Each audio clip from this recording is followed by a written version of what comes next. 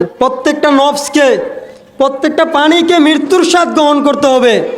আল্লাহ এখানে দেহের কথা বলছেন না, আল্লাহ দেহের কথা বলছেন কি বলছেন? কুল্লু নাফসিন, নফসের কথা বলছেন। তো নফসের মৃত্যু হবে, আর নফসের মৃত্যুর স্বাদ গ্রহণ করার আগে নফসে আপনি মেরে ফেলেন না। সুবহানাল্লাহ। নফসের মৃত্যুর কথা আল্লাহ পাক রব্বুল আলামিন কোরআনে বলেছেন। আবার অন্যদিকে আল্লাহ পাক রব্বুল আলামিন বলেছেন তোমরা নফসের হেফাজত করো, নিজের নফসের হেফাজত করো। নফসের হেফাজত করো। নফসের হেফাজত কিভাবে করবেন? নফসের হেফাজত কিভাবে করবেন?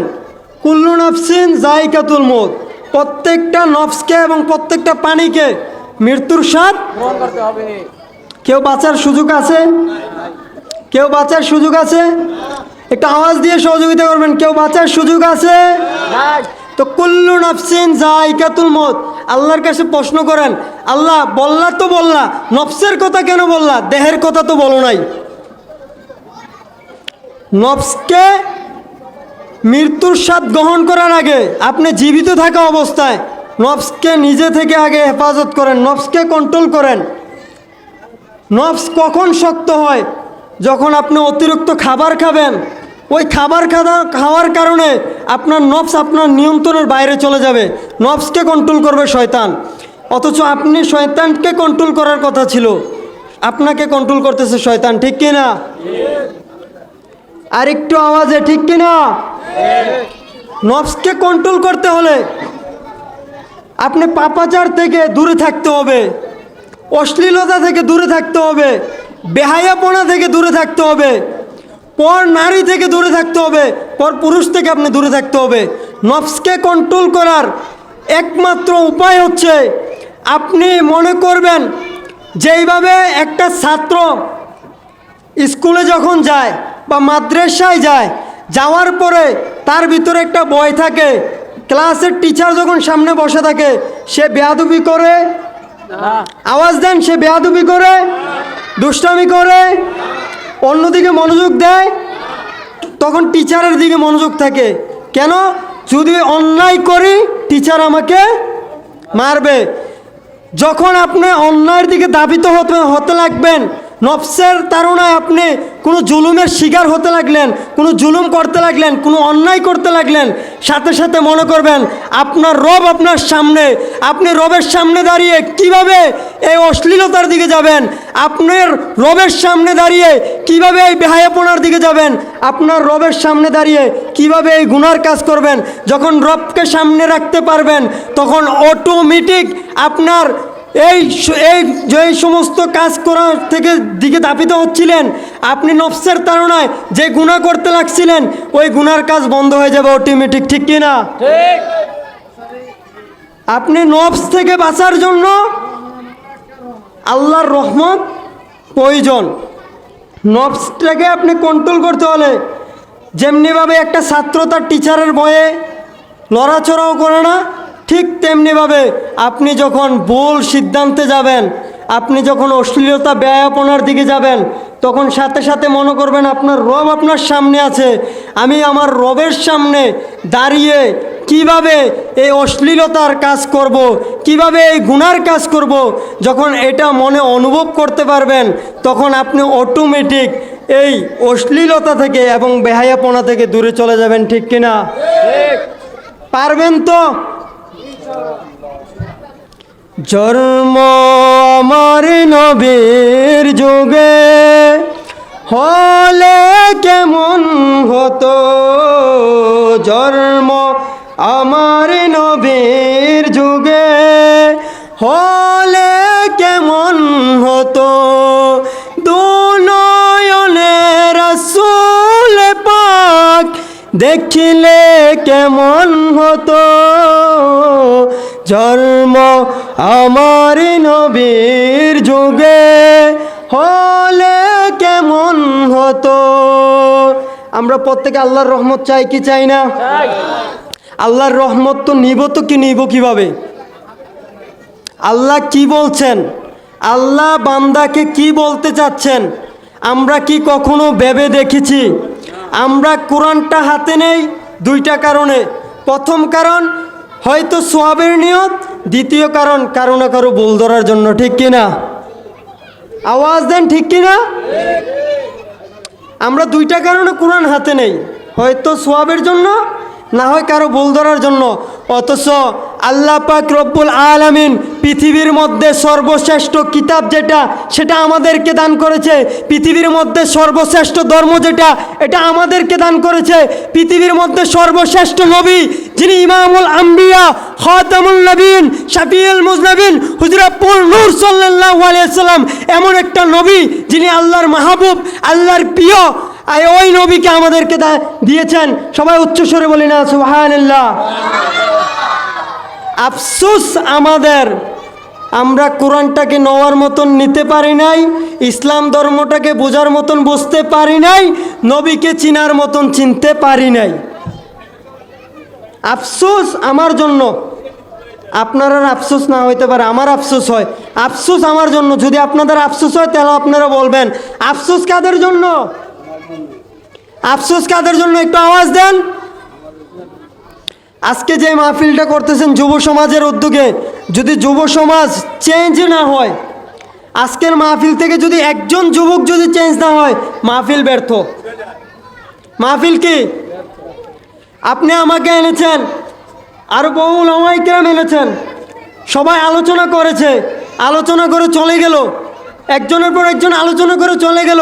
মাহফিলটা করলেন, সুসা মানুষকে দেখাইলেন যে আমরা একটা মাহফিল করেছি, আমরা মাহফিলে অনেক মানুষ হয়েছে, আমরা শেষে আবারও খেয়েছি। এই মাহফিলের কোনো মূল্য নাই। এই মাহফিল থেকে অন্ততপক্ষে একজন পরিবর্তন হইতে হবে। ঠিক কিনা? আজকের মাহফিল থেকে একজন যুবক যদি পরিবর্তন হয়, তাহলে আজকের মাহফিল সার্থক। আপনারা আমাকে আওয়াজ দিয়ে একটু সহযোগিতা করবেন, আপনাদের আওয়াজে আমি কথা বলতে পারবো। শুধু এতটুকু সুবহানাল্লাহ, আলহামদুলিল্লাহ, এটা তো বলতে পারবেন। আমি প্রথমে যেটা বলছি সেম ওইটা। আমি একটা জিন্দা কবরস্থানে আছি, যেখানে মানুষ আছে, কোনো সারা শব্দ নাই। সবাই একটু আওয়াজ দেন। একজন হইলেও পরিবর্তন হওয়া দরকার আছে তো? আমার মাহফিল সার্থকতা দরকার, আমার মাহফিল দেখানোর জন্য প্রয়োজন নাই।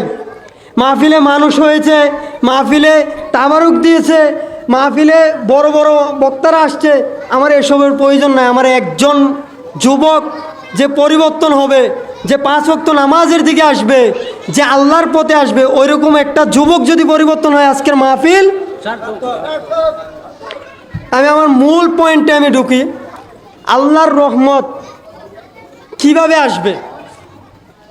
আল্লাহ কিন্তু কোরআনে বলে দিয়েছেন, নিতে জানি নাই, প্রথমে বলছি নিতে জানি নাই, আফসোস আমাদের। আল্লাহর রহমত চাইতেছি, আল্লাহ আমাকে রহমত দাও, আল্লাহ আমাকে রহমত দাও, আল্লাহ আমাকে রহমত দাও। আল্লাহ কি এভাবে দিবে? আগে ওইটা খুঁজেন, বার করেন আপনার আল্লাহ আপনাকে, আপনার রবকে আপনি কোন নামে ডাকলে, কিভাবে ডাকলে আপনার রব আপনার ডাকে সাড়া দিবে। ঠিক কিনা? ওই নামটা খুঁজে বার করেন, তারপরে যখন ওই নামে ডাকবেন, আল্লাহ আপনার ডাকে সাড়া দিবে। ফাসকুরুনি আসকুরুকুম। আল্লাহ বলছে, বান্দা তুমি আমাকে ডাকো, আমি সাথে সাথে তোমার ডাকের সাড়া দেব। আগে ডাকাটা জানতে হবে। কিভাবে জানবো? আল্লাহর কাছে কিভাবে চাইবো? আল্লাহর কাছে কিভাবে চাইলে আল্লাহ দিবে? আল্লাহকে কোন নামে ডাকলে আল্লাহ আমাকে দিবে? আল্লাহর কাছে কিভাবে চাইলে, কোন নামে ডাকলে আমাকে দিবে? ওইটা যদি আমি বের করতে পারি, আমার জীবন সার্থক। বলেন না সুবহানাল্লাহ? উচ্চ স্বরে বলি সুবহানাল্লাহ।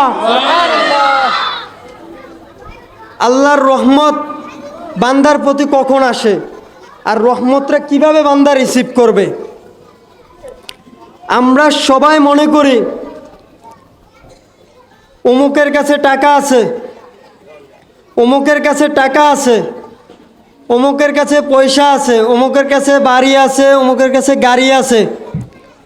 বাড়ি গাড়ি ধন দৌলত সম্পত্তি সব কিছু অমুকের কাছে আছে, আত্মীয় স্বজন সব ওর দিকে, কিন্তু আমার দিকে কেউ নাই।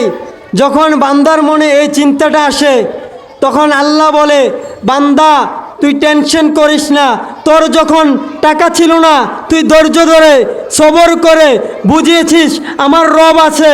যখন তোর বাড়ি গাড়ি ছিল না তখন তুই ধৈর্য ধরে সবর করে বুঝিয়েছিস আমার রব আছে। যখন তোর কেউ ছিল না, আপনজনরা তোর থেকে দূরে সরে গেছে, তখনও তুই ধৈর্য ধরে আমার উপর ধৈর্য ধরে বুঝিয়েছিস কেউ না থাকুক আমার রব আমার কাছে সাথেই আছে। যখন বান্দা বুঝতে পারছে দুনিয়ার টাকা থাকলে রব থাকে না, দুনিয়ার বাড়ি গাড়ি থাকলে রব থাকে না, আত্মীয় স্বজন ভরপুর আশেপাশে বন্ধু বান্ধব থাকলে রব থাকে না, ওই বান্দা যখন বুঝতে পারলো রব থাকলে টাকা থাকবে না, রব থাকলে বাড়ি গাড়ি থাকবে না, রব থাকলে বন্ধু বান্ধব থাকবে না, ওই বান্দা যখন ওইটা বুঝে ধৈর্য ধারণ করতে শুরু করলো, আল্লাহ পাক বলেছেন ফাসকুরুনি আসকুরুকুম, বান্দা তুমি আমাকে ডাকো আমি তোমার ডাকে সাড়া দেব। এরপরের আরেক আয়াতে বলছেন ইন্নাল্লাহা মাআস সাবিরিন, আমি নিশ্চয় ধৈর্য ধারণকারীর সাথেই আছি। যখন বান্দা সব কিছু বুঝতে পারলো, বান্দা ধৈর্য ধরতে লাগলো, আল্লাহর উপর ভরসা রেখে সবর করে ধৈর্য ধরে নিজের জীবন পার করতে লাগলো। আল্লাহ বলছেন ইন্নাল্লাহা মাআস সাবিরিন, বান্দা তোর পক্ষে কেউ না থাকুক আমি রব রয়েছি। যার পক্ষে রব রয়েছে তার আর কি লাগে বলেন না সুবহানাল্লাহ। এই আওয়াজে মানি না, আরেকটু আস্তে বলেন সুবহানাল্লাহ, আরেকটু আস্তে বলেন সুবহানাল্লাহ। তাইলে আমরা বুঝতে পারলাম আল্লাহ কোনো বড় লোকের সাথে বলেন না নাই, বলেন না, ভয় পাচ্ছেন? ক্ষমতার প্রভাব দেখাবে, টাকা পয়সার গরম দেখাবে, তো আওয়াজ দেন, ডরাচ্ছেন কেন? আমি আসছি দূর থেকে, রাস্তায় আটকাইলে আমার আটকাইবো আর কি, তারা টাকার ক্ষমতায়, আপনারা আটকাইবো কিভাবে? আপনারা এখানে না, সবাই একটু আওয়াজ দেন। যার টাকা আছে তার সাথে আল্লাহ নাই। আপনারা শুধু আমি বলবো, আপনারা উত্তর দিবেন। যার টাকা আছে তার সাথে, যার পয়সা আছে তার সাথে, যার বাড়ি গাড়ি রয়েছে তার সাথে, যার আত্মীয় স্বজন ভরপুর, অন্যায় জুলুমের সাথে ন্যায়ের সাথে নাই, জুলুমের সাথে আছে, তার সাথে আল্লাহ। আল্লাহ কার সাথে রয়েছে? ধৈর্য ধারণ, আল্লাহ ধৈর্য ধারণকারীর সাথে রয়েছে। সায়ান আজকে এই কথা বইলে গেছি, কালকে বড় লোকের যায় কইেন না তোমার লগে আল্লাহ নাই। সব বড় লোকের লগে কিন্তু আবার এইটা খাটে না। সবাই এক, সব গরিব কি এক, সব বড় লোক কি এক? ভালো খারাপ আছে। আল্লাহ আপনাকে দন দিল, টাকা দিল, পয়সা দিল, বাড়ি গাড়ি দিল, এটা কেন দিয়েছে? একটাবার কি আপনার রবকে প্রশ্ন করেছেন? আল্লাহ তুমি আমাকে এত কিছু দিলে, তো এটা দিলে তো দিলে, কেন দিলে? আল্লাহ বলছেন বান্দা আমি দিয়েও পরীক্ষা করি, নিয়েও পরীক্ষা করি।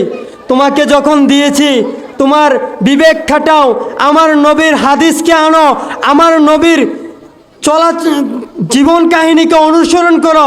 যখন আল্লাহ দেখিয়ে দিলেন নবী রহমাতুল্লিল আলামিনের দিকে, তখন আমরা ওই দিকে তাকালে দেখতে পারলাম যাদেরকে আল্লাহ ধন দিয়েছে, সম্পদ দিয়েছে, তাদেরকে নবী রহমাতুল্লিল আলামিন জানান দিচ্ছেন, উম্মত তোমাকে যদি আল্লাহ তৌফিক দেয়, কখনো টাকা পয়সার মালিক করে, মনে রেখো তোমার আশেপাশে আত্মীয় স্বজনের খোঁজ খবর নিও, কারণ তাদের রিজিক তোমার পকেটে রয়েছে, ঠিক কিনা? তাদের রিজিক তোমার পকেটে রয়েছে।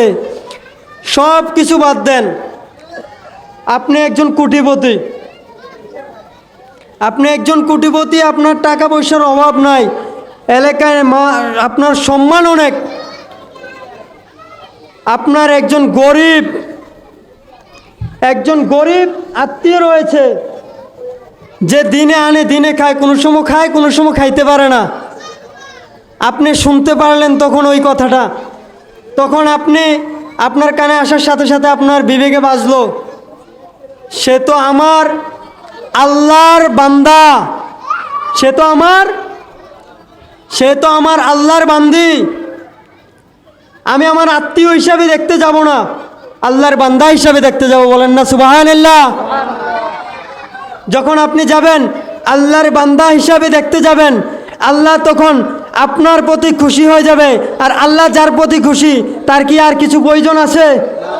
তার আর কিছু প্রয়োজন আছে? দেখেন, আল্লাহ যখন খুশি হয়ে গেছে তার বান্দাকে দেখতে যাওয়ার কারণে, এখন আল্লাহ আপনার সম্মান কোন দিক দিয়ে বাড়াচ্ছে দেখেন। এলাকার মানুষ যখন জানতে পারলো সে এত বড় ধনী হয়ে সে কিভাবে এত ভাঙ্গা একটা ঘরে আসলো, এসে তার সাথে 4টা ডাল ভাত খেলো, এটা যখন জানতে পারলো এলাকাবাসী, জানার পরে এলাকাবাসীর মধ্যে আল্লাহ কুদরতিভাবে তার প্রতি মোহাব্বত ভালোবাসা পয়দা করে দিয়েছে। বলেন না সুবহানাল্লাহ। আপনি গিয়েছেন আল্লাহর বান্দা হিসাবে দেখার জন্য, আপনি গিয়েছেন আল্লাহর বান্দা হিসাবে দেখার জন্য, সে আপনার আত্মীয়বাদ। আল্লাহর বান্দা হিসাবে যখন দেখতে গেলেন, আল্লাহ তখন আপনার ধনের মধ্যে তো বরকত দিল, পাশাপাশি আপনার সম্মান বৃদ্ধি করে দিল। বলেন না সুবহানাল্লাহ। বান্দা, তোমাকে আমি দুনিয়াতে পাঠিয়েছি, দুনিয়াটা হচ্ছে একটা পরীক্ষার জায়গা, যেই জায়গাটায় সব সময় পরীক্ষা চলতেছে বান্দা তোমার উপর। আমরা স্কুল কলেজ মাদ্রাসায় সর্বোচ্চ পরীক্ষা দিই 1 মাস লাগিয়ে, আর আমাদের গোটা জিন্দিগি আল্লাহ জীবনে হায়াতে জিন্দিগি যতদিন রেখেছে ততদিন পরীক্ষা, ঠিক কিনা? আওয়াজ করবেন না, সাইডের থেকে কেউ আওয়াজ করবেন না। আল্লাহ যতদিন হায়াতে জিন্দিগি আমাদেরকে দিয়েছেন ততদিন আমাদের জন্য এই পরীক্ষাটা কিভাবে উত্তীর্ণ হব। আমি প্রথমেই বলেছি আজকে 2টা জিনিস আমার থেকে বেশি পছন্দ হয়েছে। দুটোটা নামের মধ্যে 2টা গুরুত্বপূর্ণ বিষয় রয়েছে। একটার মধ্যে রয়েছে দাফন। আপনি যখন গুরুস্থানের পাশ দিয়ে যাবেন তখন গুরুস্থানের পাশে দাঁড়াবেন, একটু এভাবেই দাঁড়াবেন, দাঁড়িয়ে একটু চিন্তা করবেন। তখন চিন্তা করবেন যে এখন আমি মৃত মনে করে এখানে দাঁড়ান। চিন্তা করেন এই কবরে আপনি শুয়ে আছেন, আজকে আপনজন গেল কোথায়? আজকে আপনজন গেল কোথায়? যাদের জন্য করলাম চুরি তারাই আজকে আমাকে চোর বানাইছে। তো মূল কথা যেটা, এই কবর পাড় দাঁড়াবেন, দাঁড়িয়ে গভীরভাবে ঠান্ডা মাথায় চিন্তা করতে লাগবেন, আল্লাহ হয়তো আমি তো চলে যাব এইখানে। আজকে যারা আছে প্রত্যেকটা রূহ আপনাকে ডাকে, আমাদের জন্য একটু দোয়া করো। আজকে কবর পাড় দাঁড়িয়ে দোয়া করার মতন ওই সময়টা আমাদের কাছে নাই। আজকে যাদেরকে আপন ভাবি তারাই হয়ে গেছে পর, আজকে যাদেরকে আপন ভাবি তারাই হয়ে গেছে পর। চিন্তা করেন, আপনি যাদের জন্য কামাই করে আনলেন তারা আপনার খবর নেওয়ার মতন সময় নাই। কঠিন বাস্তবতা মানতে শিখেন। আল্লাহ এবং আল্লাহর রসুল ছাড়া এই পৃথিবীতে কেউ আপন। আওয়াজ দেন না, এই পৃথিবীতে আপন আল্লাহ এবং আল্লাহর রসুল ছাড়া আছে? কেউ আছে? আপনি উদাহরণ দিবেন, মা আছে, আপনার মা আপনার কয় ঘন্টা ডিউটি করছে? আপনি যখন জন্ম নিয়েছেন, দুনিয়াতে আসছেন, আসার পরে আপনার মা 1 ঘন্টা 2 ঘন্টা 3 ঘন্টা করতে করতে 10 ঘন্টা 18 ঘন্টা সর্বোচ্চ 20 ঘন্টা, তারপরে একটু হইলেও ঘুমাইছে। আর যেই রব আপনাকে 24 ঘন্টা আপনাকে দেখে রাখতেছে, আপনাকে 24 ঘন্টা নিঃশ্বাস নেওয়ার সুযোগ করে দিচ্ছে, ওই রবের ভালোবাসা আজও বুঝলাম না। দুনিয়ার ক্ষণিকের ভালোবাসায় যে পাগল হয়েছি আমরা, যদি রবের ভালোবাসাটা এতটুকু বুঝতে পারতাম তাহলে আজকে আমাদের জীবন সার্থক হয়ে যেত। রব বলছেন, বান্দা মা কাররাকা বিরব্বিকাল কারীম, মা কাররাকা, বান্দা তুই কোথায় যাচ্ছিস, কার দ্বারে যাচ্ছিস? আমি রহমান, আমি রহিম, আমি গফফার, আমি সত্তার। আমি রহমানের দরবারে কি নাই বান্দা? তোর কি প্রয়োজন তুই আমাকে একটাবার বল, তুই আমাকে একটাবার বল বান্দা, তোর কি প্রয়োজন? আমি রবকে একটাবার ডাক বান্দা, আয় হায়, কি রহমানের বান্দা, কি রহিমের বান্দা। একটাবার চিন্তা করেন আপনার রব কেমন। দুনিয়ার আসামি, এই দুনিয়াতে আসামি খুঁজে শাস্তি দেওয়ার জন্য, আর রব আসামি খুঁজে মাফ করে দেওয়ার জন্য। বলেন না সুবহানাল্লাহ। ওই রহমানের বান্দা যিনি বলছেন মা কাররাকা বিরব্বিকাল কারীম, বান্দা তোর কি প্রয়োজন? তোর টাকা প্রয়োজন, আমি রবকে বল। তোর বাড়ি গাড়ি প্রয়োজন, আমি রবকে বল। তোর অর্থ সম্পদের প্রয়োজন, আমাকে বল। তোর সম্মানের প্রয়োজন, আমি রবকে বল। তুই আমি রবকে বল, তুই আমি রবকে বল।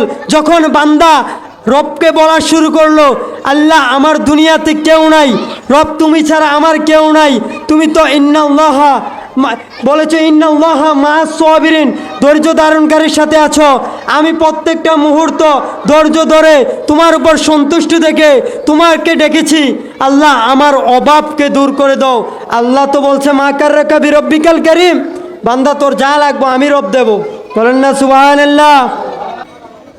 सबसे बाला हुआ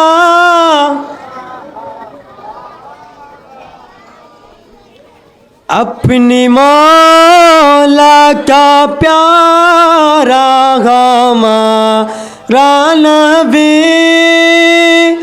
दोनों आलम का दूल्हा हमारा नबी, सबसे आला हो नबी, सबसे बाला हो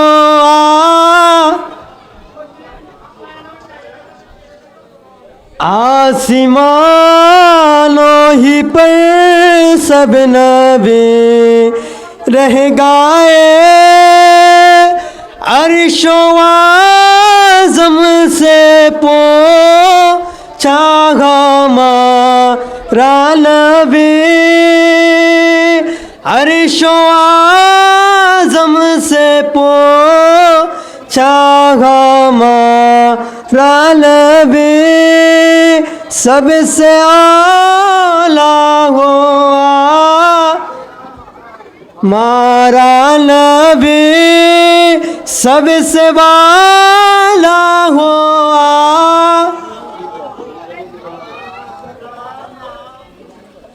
সবাই উচ্চ স্বরে বলি মারহাবা। আপনারা হয়তো নারাজ আমার প্রতি, হুজুর কি বলতেছে, হুজুর কি বলতেছে। আমার কথা বুঝতে কি আপনাদের কষ্ট হয়? আমার কথায় কষ্ট পাচ্ছেন? সবাই উচ্চস্বরে বলি আলহামদুলিল্লাহ।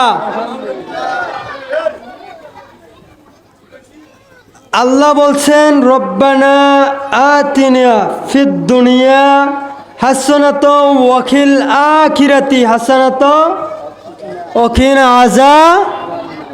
আল্লাহ কি বলছেন জানেন? সবচেয়ে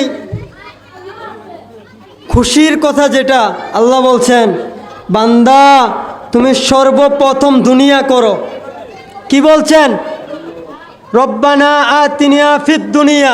আল্লাহ কি বলছেন? দুনিয়ার কথা বলছেন আগে, আখিরাতের কথা বলছেন। আল্লাহ কেন দুনিয়ার কথা আগে বললেন? বান্দা তুমি দুনিয়াতে এসেছো, যদি দুনিয়াতে তুমি দারিদ্র থাকো, অভাবে থাকো, তুমি কাফেরের দিকে ধাবিত হবে, তুমি অশ্লীলতার দিকে ধাবিত হবে। মানুষ একটা প্রবাদ বলে যে অভাবে স্বভাব নষ্ট। তো আল্লাহ সেই জন্য আগেই বলছেন বান্দা দুনিয়া করো। দুনিয়া করতে গিয়ে আখিরাত ভুলিও না, আখিরাত ভুলিও। আল্লাহ বলছেন দুনিয়া করো।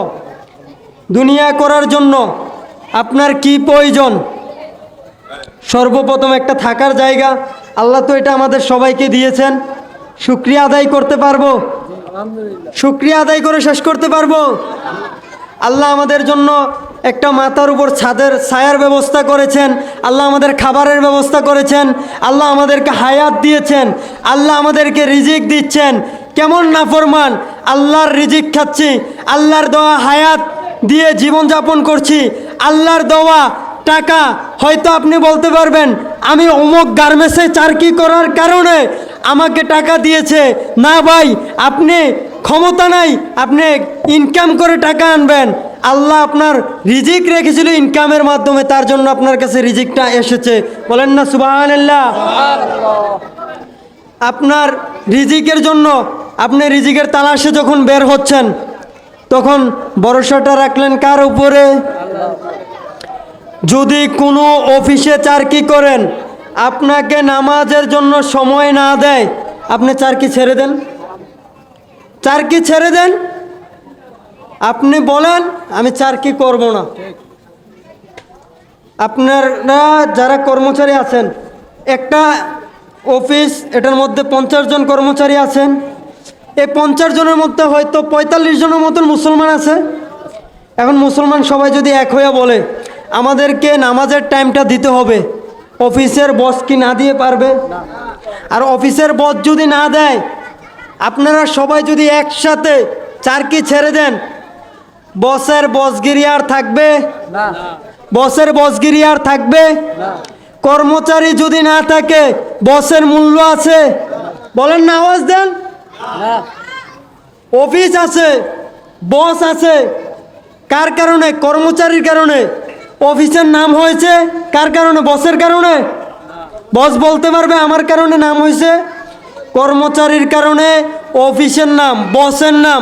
তাইলে সব কর্মচারী যদি বলে আমাদেরকে নামাজের টাইমটা না দেওয়া হলে আমরা চাকরি ছেড়ে দেব, বসের মাথায় না দিয়ে পারবে? বস না দিয়ে পারবে? যখন আর শ্রদ্ধার সাথে, আপনাদের এখানে অনেক অফিস রয়েছে আমি জানি, এখানে অনেক কর্মস্থান রয়েছে, অনুরোধ করে এখানে যারা বস রয়েছেন আপনাদেরকে অনুরোধ করে বলবো, অন্ততপক্ষে নামাজের টাইমটা জোহর, আসর, মাগরিব, এশার 10 মিনিট করে হলো তাদেরকে নামাজের জন্য একটা টাইম দেন। তারা পড়লে পড়ুক, না পড়লে নাই, কিন্তু মনে রাখবেন কাল হাসরের ময়দানে আল্লাহর কাঠগড়ায় যখন দাঁড়িয়ে যাবেন, তখন আপনাকে দেখিয়ে সে পার পেয়ে যাবে।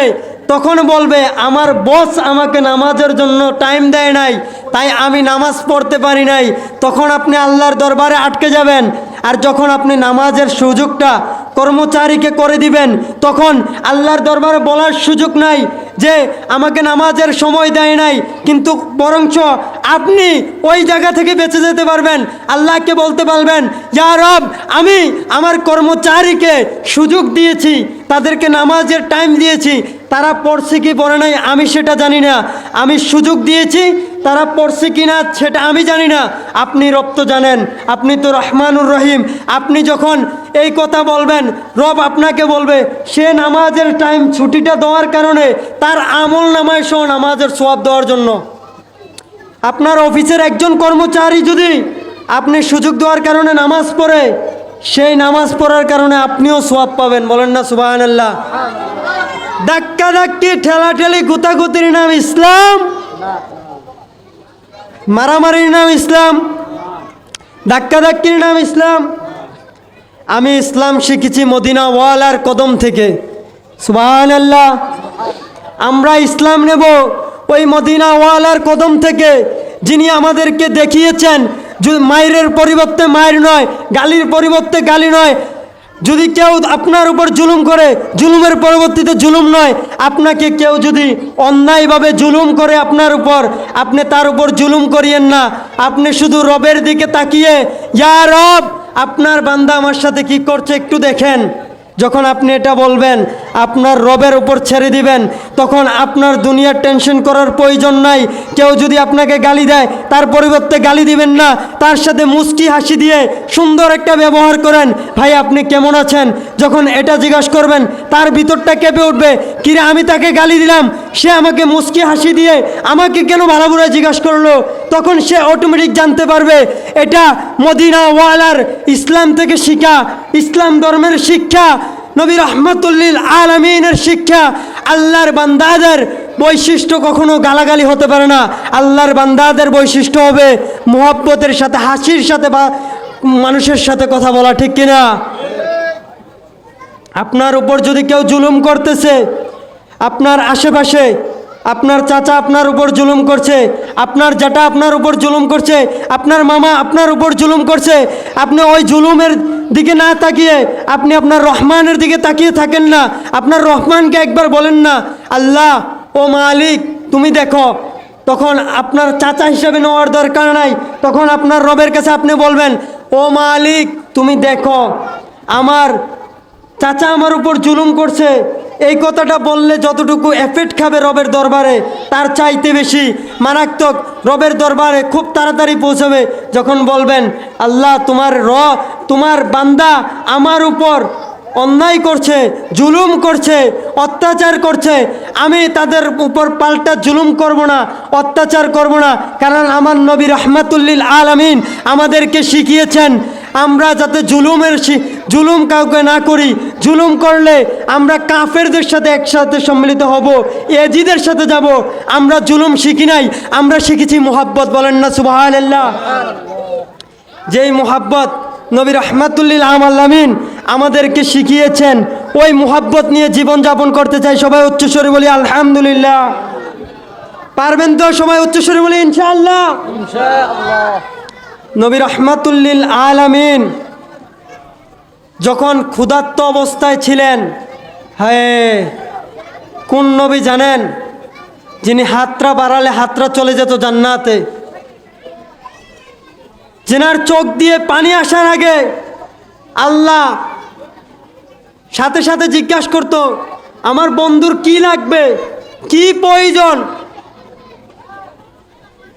ওই নবী রাহমাতুল্লিল আলামিন ক্ষুধা নিয়ে পেটে পাথর বেঁধে উম্মতকে শিখিয়েছে, উম্মত যতই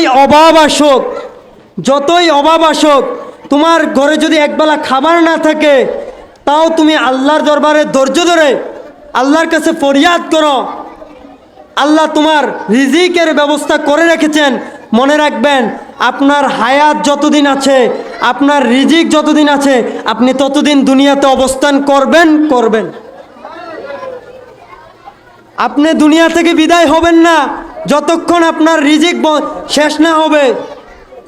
আপনার হায়াত যতক্ষণ আছে, রিজিক যতক্ষণ আছে, ততক্ষণ আপনি দুনিয়াতে অবস্থান করবেন। মনে রাখবেন, জীবনটা সীমিত। এখন আমরা গড়ে হায়াত পাই 60-70, তার বেশি নয়। এর মধ্যেই আমরা গোটা জীবনটা পার করে দিচ্ছি অন্যের দোষ ধরতে। কেউ ভুল কইছি? আওয়াজ দেন না, একটু আওয়াজ দেন। আমরা অর্ধেক জীবন পার করে ফেলছি অন্যের ভুল ধরতে। আমরা ওই যে অমুকের মেয়েটার বিয়ে হচ্ছে না, অমুকের ছেলেটা রাস্তা দিয়ে কিভাবে চলে, ওই লোকটা মানুষের গীবত করে অথচ নিজে গীবত করতেছে। আমরা অন্যের ভুল ধরতে আমাদের জীবন অর্ধেক শেষ, অথচ নিজের ভুল ধরার মতন এখনো তৌফিক হয় নাই। অন্যের করবেন প্রশংসা, নিজের ধরবেন ভুল।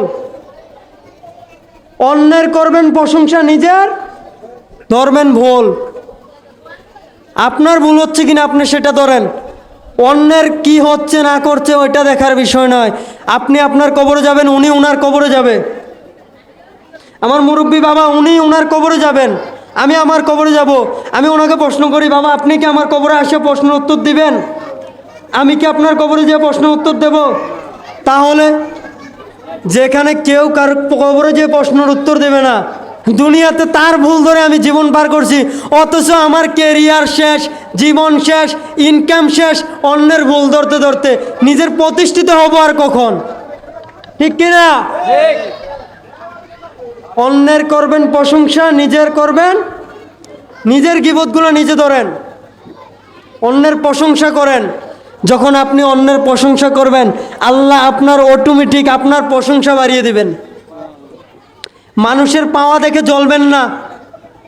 মানুষের পাওয়া দেখে, এখন তো দেখা যায় বড় ভাই কাছে টাকা নাই, ছোট ভাই একটু সম্পদশালী হয়েছে, শক্তিশালী হয়েছে, বড় ভাইয়ের হিংসায় গাঁও জ্বলতেছে।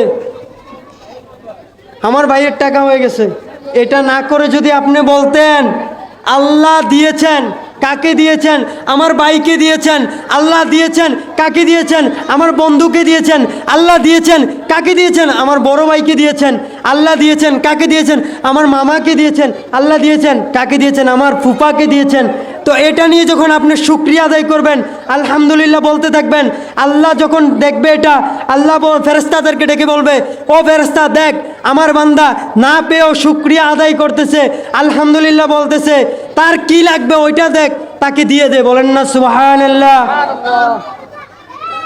অন্যের বল ধরে জীবন নষ্ট করার সময় আমাদের কাছে আমরা সর্বদা চেষ্টা করব অন্যের প্রশংসা করার জন্য, ঠিক কিনা? যে আয়াতটা বলেছিলাম, কুল্লু নাফসিন, আমি আমার আলোচনায় আসতেছি, ঢুকতেছি, আপনার আওয়াজ দিয়ে সহযোগিতা করলে আমি আমার মেন আলোচনায় আমি ঢুকবো। কুল্লু নাফসিন, যখন আপনার দেহ থেকে চিরতরে আপনার দেহ থেকে যখন রুহটা বেরিয়ে যাবে, তখন ডাইনে বামে তাকিয়ে দেখবেন আশেপাশে মানুষগুলা কেউ পর ছিল না, সবকটা আপন মানুষ। আপনার দেহ থেকে যখন রুহ বের হয়ে গেছে, সাথে সাথে আপনাকে খাট থেকে নামিয়ে নিচে ফ্লোরে শুইয়ে দিয়েছে। আমি প্রশ্ন করলাম, কিরে বাবা, এই জায়গাটা তো সে করেছে, এই ঘরটা তো সে বানিয়েছে, এই খাটটা তো সে নিজের ইনকাম দিয়ে কিনেছে, ইনকাম দিয়ে বানিয়েছে, তাহলে খাট থেকে নামিয়ে দিচ্ছ যে? সে মারা গেছে, এক কথায় সে মারা গেছে, তাকে খাট থেকে নামিয়ে দাও। যখন খাট থেকে নামালো, যখন গোসল করাতে লাগলো, তখনও দূরের মানুষ নয়, আত্মীয় স্বজন। যখন কাঁধে পালন নিল, তখনও আপন মানুষরাই কাঁধে পালন নিয়ে কবরস্থানের দিকে এগোতে লাগলো। চিন্তা করে দেখেন, কেউ আপনাকে অন্ধকারের দিকে নিয়ে যাচ্ছে না, আপনার আপনজনেরাই আপনাকে নিয়ে যাচ্ছে। তারা জানে আপনি অন্ধকারে ভয় পান, তারা জানে আপনি লাইটের আলো ছাড়া থাকতে পারেন না, তারা জানে আপনি এসি ছাড়া থাকতে পারেন না। তারাই আপনাকে কাঁধে করে নিয়ে যাচ্ছে কোথায়? অন্ধকার কবরস্থানে, যেই গোরস্থানে আপনাকে দাফন করা হবে। যখন খাটিয়া থেকে লাশটাকে নামিয়ে কবরস্থানে রাখলো, আস্তে আস্তে বাঁশ দিতে লাগলো, ছাউনি দিতে লাগলো, তারপর যখন উপরে আস্তে আস্তে মাটি চাপা দিতে লাগলো, আস্তে আস্তে একটু একটু অন্ধকার হতে লাগলো, তখন আপনি প্রশ্ন করলেন, আমি এত কিছু করলাম তো কাদের জন্য করলাম? আজকে যারা আমাকে কবরে নামিয়েছে, কেউ তো দূরের মানুষ ছিল না, সবাই তো আমার আপনজন, হয়তো বাবা, নয়তো ছেলে, নয়তো ভাই, নয়তো কাকা, নয়তো জেঠা, সবাই তো আমার আপনজন। কেউ প্রশ্ন করলাম, কিরে বাবা, আমাকে রেখে চলে যাচ্ছ? তোমরা তো জানো আমি অন্ধকারে থাকতে পারি না, আমি অন্ধকারে ভয় পাই, আমি কিভাবে একা এই অন্ধকার কবরে থাকবো? চিরসত্যকে আপনাকে মেনে নিতে হবে। যখন আপনি দুনিয়া ছেড়ে চলে যাবেন, তখন আপনার আপন বলতে আর কেউ থাকবে না, একমাত্র আল্লাহ এবং আল্লাহর রসুল। যদি দুনিয়াতে চিনে যেতে পারেন, তাহলে আপনার কবর, হাসর সব কিছু আপনার জন্য সার্থক। যখন আপনি কবর রেখে চলে যেতে লাগলো, তারা একটু একটু কদম বাড়াতে লাগলো, তারা চলে যেতে লাগলো, তখন আপনি তাদের পিছন থেকে ডাকবেন, কেউ আপনার ডাকে সাড়া দিবে না, কেউ আপনার ডাকে সাড়া দিবে না। যখন দেখতে লাগলেন অন্ধকারের মধ্যে আপনি ভয় পেতে লাগলেন, আপনার এখন কি হবে আপনি বুঝতে পারছেন না, তখন আপনি ডাকলেন, কেউ আপনার ডাকে সাড়া, আওয়াজ দেন, আওয়াজ দেন, কেউ আপনার ডাকে সাড়া কেন? তাদের জন্য করলাম দুনিয়াতে থেকে, তাদের খাবারের ব্যবস্থা করলাম, তাদের ঘরের ব্যবস্থা করলাম, তাদেরকে টাকা পয়সা দিয়ে আসলাম, তাদেরকে জায়গা সম্পত্তি দিয়ে আসলাম, অথচ তারাই আজকে আমাকে 3.5 হাত কবরের নিচে অন্ধকারে রেখে চলে গেল। তারা তো কেউ আমার সাথে আসলো না। চিরস্থায়ী সত্য, কেউ আপন ছিল না, কেউ আপন হবেও না, একমাত্র আল্লাহ এবং আল্লাহর রসুল ছাড়া কেউ আপন হবে না। সবাই উচ্চস্বরে বলি সুবহানাল্লাহ, সবাই উচ্চস্বরে বলি সুবহানাল্লাহ। আল্লাহুম্মা সাল্লি আলা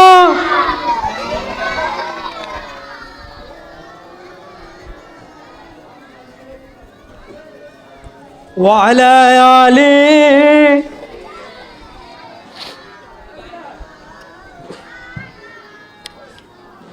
বাবার আমার। এবার আপন যাদেরকে ভাবতাম তারাই হয়ে গেছে পর, যাদেরকে বুকে আগলে ধরলাম আপন ভেবে তারাই পিছনে ছুরি মারতেছে। যাদেরকে একবেলা খাবার ব্যবস্থা করে দিলাম তারাই সুযোগ খুঁজতেছে আমার খাবার বন্ধ করার জন্য। যাদেরকে একটু থাকার ব্যবস্থা করে দিলাম সে আমার থাকার জায়গা কেড়ে নেওয়ার সুযোগ খুঁজতেছে। যাকে আমি আপন ভেবে বুকে জড়িয়ে ধরলাম সে আমাকে গর্তে ফেলানোর চেষ্টা করতেছে। তো আপন কাকে ভেবে বুকে ধরছেন? আপন যদি ভাবতে হয় একমাত্র নবী রাহমাতুল আলামিনের উম্মত হিসাবে নবীকে আপন ভাবেন, আল্লাহর বান্দা হিসাবে রবকে আপন ভাবেন। বলেন না সুবহানাল্লাহ। আপন বলতে কে আছে? আল্লাহ এবং আল্লাহর। এবার আসেন, কবরে রেখে তো চলে আসলো। এখন দুইজন ফেরেশতা আসবে। দুইজন ফেরেশতা মুনকার নাকির আসবে। আসার পরে কবরে আপনাকে প্রথম প্রশ্ন করবে, মান রব্বুকা, তোমার রবকে? আপনি দুনিয়াতে রবের হুকুম যদি না মেনে থাকেন, আল্লাহ বলছে বান্দা নামাজ পড়ো, আপনি নামাজ পড়লেন না। আল্লাহ বলছে বান্দা জিকির আজকার করো, আপনি জিকির আজকার করলেন না। আল্লাহ বলছে বান্দা তুমি নবী রাহমাতুল আলামিনের উপর দুরূদ পড়ো, আপনি দুরূদ পড়লেন না। তখন কবরে আপনার কি হবে? আপনি তো উত্তর দিতে পারবেন না। আপনার রব আপনি উত্তর দিতে পারবেন? কারণ দুনিয়াতে আপনি শয়তানকে অনুসরণ করেছেন। আপনি যদি রবকে অনুসরণ করতেন তাহলে আপনি কবরে প্রশ্নের উত্তর দিতে পারতেন। মান রব্বুকা বলার সাথে সাথে আপনি উত্তর দিতেন কি? আমার রব আল্লাহ। বলেন না, রব আল্লাহ বলেন। শরম লাগে। দ্বিতীয় প্রশ্ন যখন করবে, মান দীনুকা, তোমার দিন কি? ইসলাম। এবার আল্লাহ যখন আপনাকে কবরে প্রশ্ন করা হলো তোমার দিন কি, আপনি উত্তর দিবেন কি? আগে তো ইসলামের ছায়াতলে থাকতে হবে। আপনাকে ইসলাম বলছে তুমি নাচ গান করিও না, আপনি সেই নাচ গান করলেন। আপনাকে ইসলাম বলছে তুমি অশ্লীলতার দিকে যেও না, আপনি অশ্লীলতার দিকে গেলেন। ইসলাম বলছে বেহায়াপনার দিকে যেও না, আপনি বেহায়াপনার দিকে গেলেন। আপনি কাদেরকে অনুসরণ করলেন? ইহুদিদেরকে অনুসরণ করলেন। ইহুদিদের অনুসরণ করার কারণে আপনি পথভ্রষ্ট হয়ে গেলেন। আপনি তো কবরে উত্তর দেওয়ার মতন সুযোগ। মনে রাখবেন, ইসলাম আমাদেরকে যা শিখিয়েছেন, যা দিয়েছেন, প্রত্যেকটা আমাদের জন্য কল্যাণকর।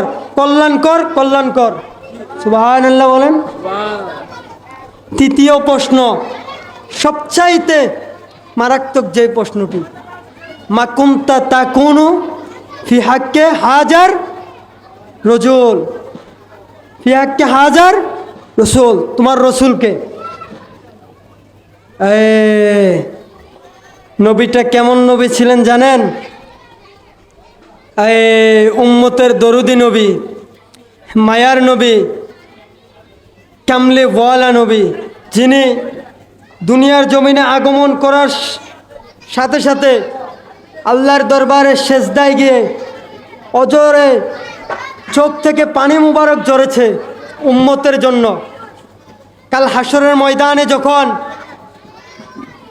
আল্লাহ রসুল সাল্লাল্লাহু আলাইহি সাল্লামকে উঠাবেন, তখনও হাসরের ময়দানে সবার মুখে একটা ধ্বনি থাকবে, নফসি নফসি। সবার মুখে একটা ধ্বনি থাকবে, নফসি নফসি। তখন ওই হাসরের ময়দান থেকে একটা ভিন্ন আওয়াজ আসবে, রব্বি হাবলি উম্মতি, রব্বি হাবলি উম্মতি, রব্বি হাবলি উম্মতি। আল্লাহর কাছে ফরিয়াদ করবেন, আল্লাহ আমার উম্মতদেরকে ফেলে আমি জান্নাতে যাব না। হায় কেমন নবীর কথা বলছেন জানেন? যিনি বলেছেন আপনাকে ছাড়া আমাকে ছাড়া জান্নাতে প্রবেশ করবে না, ওই নবীকে দুনিয়াতে যদি ভালোবাসতে না পারি আমার জীবন ব্যর্থ। ওই নবীর আদর্শ যদি আমার ভিতরে লালন করতে না পারি আমার জীবন ব্যর্থ। ওই নবীর মুহাব্বত অন্তরে নিয়ে যদি দুরূদ পড়তে না পারি আমার জীবন ব্যর্থ। তাই বলি ওই নবীর প্রশ্ন যখন আপনাকে করবে কবরে, যদি দুনিয়াতে নবীর আদর্শ আপনার ভিতরে থাকে, তাহলেই আপনি কবরে উত্তর দিতে। আল্লাহ আমাদের সবাইকে বোঝার তৌফিক দান করুক। সবাই উচ্চস্বরে বলে আমিন। তো যেই কথায় আমি ছিলাম, আমরা যাদেরকে আপন ভাবি তারা আপন, আমরা যাদেরকে আপন ভেবে বুকে জড়িয়ে নিলাম, সেই তো আমাকে আঘাত করেছেন। এবার রবকে আপন বানানোর একটু চেষ্টা করি। রবকে কিভাবে আপন বানাবো? রব বান্দা থেকে কি চাচ্ছেন? আল্লাহকে প্রশ্ন করেন, আল্লাহ তুমি কি টাকা চাও? আমার কাছে অভাব নেই। আল্লাহ তুমি কি বাড়ি চাও? আল্লাহ তুমি কি গাড়ি চাও? আল্লাহ তুমি আমার থেকে চাও তো কি চাও? আল্লাহ তুমি আমার থেকে চাও তো কি চাও?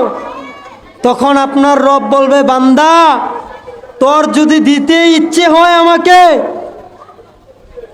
তোর মনটা আমাকে দিয়ে দে। সুবহানাল্লাহ। বান্দা তোর যদি আমাকে কিছু দিতে ইচ্ছে হয়, তোর মনটা আমাকে দিয়ে দে, আমার নবীকে দিয়ে দে। যখন আমাকে তোর মনটা দিয়ে দিবি, এই মনটা যখন আমার হয়ে যাবে, তখন তোর দুঃখ কষ্ট থাকবে না। বলেন না সুবহানাল্লাহ। আল্লাহর বান্দা তো সবাই দাবি করে, আল্লাহর বান্দা সবাই দাবি করে। আল্লাহ কয়জনকে বলেছে এটা আমার বান্দা? দাবিদার সবাই। আল্লাহ কয়জনকে বলেছে এটা আমার বান্দা? যখন আল্লাহ বলবে এটা আমার বান্দা, তখন আমার জীবন সার্থক। বলেন না সুবহানাল্লাহ। নিজের জীবনটাকে এমনভাবে গড়ে তোলেন, আপনি মরলে গোটা পৃথিবী কাঁদবে, মানুষটা ভালো ছিল বলবে। আর আপনি মরার পরে কেউ যদি বলে আলহামদুলিল্লাহ, এই জীবন ব্যর্থ, এই জীবন। যখন আপনি আল্লাহর রাস্তায় চলবেন, নিজেকে পরিবর্তন করার চেষ্টা করবেন, অনেক বিপদ আসবে, অনেক মুসিবত আসবে, অনেক কষ্ট আসবে। তার মানে কি আপনি এই লাইন ছেড়ে দিয়ে বেলাইনে চলে যাবেন? আল্লাহকে খুশি তো করতে হবে। আর আল্লাহ যার প্রতি খুশি, তার কোনো কিছুর ভয় আছে? তার কোনো কিছুর ভয় আছে? আমার একজন যুবক ভাই, সে একজন নারীর জন্য তার জীবন ত্যাগ করতে প্রস্তুত, বরঞ্চ সে জানে না তার জীবনটা যে দিয়েছে, সেই জীবনটা লিখে দেওয়ার কথা ছিল আল্লাহর নামে। আজকে আপনি যার জন্য জীবন ত্যাগ করতে প্রস্তুত হয়েছেন, তার ভালোবাসাটা ক্ষণিকের। ক্ষণিককে আর ভালোবাসার জন্য আপনি গোটা দুনিয়া ছেড়ে দিবেন। তার একটা মেসেজ আপনার কাছে আসতে দেরি হলে আপনি পাগল পারা হয়ে যান। একটা কল না ধরতে পারলে আপনি তার কাছে 1000 বার সরি বলেন, তাকে মানানোর চেষ্টা করেন। আমার একটা যুবক ভাই, যখন তার প্রিয় মানুষটা সাথে একটু ভুল হয়, সে 1000 বার সরি বলে, 1000 বার মাপ চায়। কেন? তাকে ভালোবাসে, তাকে মোহাব্বত করে। আমার একটা বোন তার প্রিয় মানুষটার সাথে যখন ঝগড়া হয়, 1000 বার সরি বলে, 1000 বার মাপ চায়। অথচ গুনাহ করার পরেও আমাদের হৃদয় এত পাথর হয়ে গেছে, 1000 গুনাহ করার পরেও যিনি আমাদেরকে বানিয়েছেন, যিনি আমাদেরকে পাঠিয়েছেন, ওই রবের দরবারে একটাবার ক্ষমা চাওয়ার মতন সুযোগ আমাদের হয় নাই। আফসোস এই জাতির জন্য। একটা মেয়ের জন্য, একটা ছেলের জন্য যদি আপনি 1000 বার সরি বলতে পারেন, আর যিনি আপনাকে খাওয়াচ্ছেন, যিনি পড়াচ্ছেন, যিনি রিজিক দিচ্ছেন, ওই রবের কাছে আপনার ক্ষমা চাওয়ার মতন একটা সুযোগ হয় নাই? আওয়াজ দেন, সুযোগ হয় নাই? হ্যাঁ, আফসোস। যুবক, তুমি মনে রেখো, আজকে যে আনন্দ উল্লাসে জীবন পার করছো, আল্লাহ তোমাকে এই আনন্দ উল্লাসের জন্য জীবন দেয় নাই। আল্লাহকে প্রশ্ন করেন, আল্লাহ তুমি আমাকে জীবন দিলে তো দিলে কেন? আল্লাহ উত্তর দিবে, আল্লাহর রাস্তায় জীবনকে ব্যয় করার জন্য। আল্লাহ তোমাকে যৌবন দিয়েছে কোনো নারীর পিছনে ছোটার জন্য নয়, কোনো পুরুষের পিছু ছোটার জন্য নয়। আল্লাহ তোমাকে যৌবন দিয়েছে আল্লাহর ইবাদত করার জন্য। আল্লাহ আমাদেরকে হাত কেন দিলেন? কখনো কি ভেবেছেন? প্রশ্ন কি করেছেন? আল্লাহ হাত কেন দিলেন? এই হাত দিয়েছেন হাত দ্বারা যাতে কারোর উপর জুলুম না করেন, কারোর উপর অন্যায় না করেন, কাউকে অন্যায়ভাবে যাতে তার গায়ে হাত না তুলেন। এ হাত দিয়েছে আল্লাহর ইবাদত করার জন্য, আল্লাহর রাস্তায় সঠিক নেক কাজ করার জন্য আল্লাহ এই হাতগুলো দিয়েছেন। এই হাতের অপব্যবহার করা যাবে। আল্লাহ আমাদেরকে বোঝার তৌফিক দান করুক। সবাই উচ্চস্বরে বলে আমিন। আমি বেশিক্ষণ আলোচনা করব না, আমার ভাইজান চলে আসছেন, আমি আলোচনা আস্তে আস্তে গুছিয়ে নিয়ে আসব। তা আমি যেই কথায় ছিলাম, কবরের কথায় ছিলাম। আমার সর্বপ্রথম আয়াতে আমি বলেছিলাম কুল্লু নাফসিন। আল্লাহ কেন নফসের কথা বললেন? আল্লাহ তো দেহের কথা বলতে পারতেন, নফসের কথা কেন বললেন? ইয়াং জেনারেশন যারা আছেন একটু গভীর মনোযোগ দিবেন। নফসকে আমরা হায়াত শেষ হওয়ার আগে, দুনিয়ার যে হায়াত, আল্লাহ বলছেন মৃত্যুর স্বাদ গ্রহণ করতে হবে। দুনিয়ার থেকে যাওয়ার জন্য মৃত্যুর স্বাদ গ্রহণ করতে হবে। আল্লাহ বলছেন কুল্লু নাফসিন, মানে নফসের মৃত্যু, দেহের মৃত্যুর কথা বলে নাই। আমরা কি গুনাহ কি দেহ দ্বারা করি না নফস দ্বারা? আমরা কি গুনাহ পা দ্বারা করি না নফস দ্বারা? হাত দ্বারা করি না নফসের দ্বারা? তো নফসকে আগে নিজে মেরে ফেলেন না, মরার আগে মেরে যান, মরার আগে নিজেই মরে যান। নফসকে আগে নিজে মারেন। অন্যায়ের দিকে যাওয়ার জন্য ইচ্ছে হলেও নিজের নফসের সাথে জিহাদ করবেন। আমি যাব না, আমি যাব না, আমি জুলুম করব না, আমি অন্যায় করব না। দুনিয়া উল্টাই যাক, আল্লাহ বলছেন অন্যায়ের সাথে যাওয়া যাবে না। রসুল বলেছেন যারা অন্যায় করবে তারা আমার উম্মত হতে পারে না। তো যারা অন্যায় করবে, যেখানে রসুলের উম্মত বলে স্বীকার করবে না, ওইখানে কি আমরা নফসের তাড়নায় আমরা কি গুনার দিকে যেতে পারি?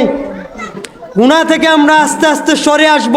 গুনাহ থেকে সরে আসার জন্য আল্লাহর হাবিব নবী রাহমাতুল্লিল আলামিন আমাদেরকে যে পথ দেখিয়ে গেছেন, ওই পথ মতো চললে আমরা গুনাহ থেকে আস্তে আস্তে সরে আসব।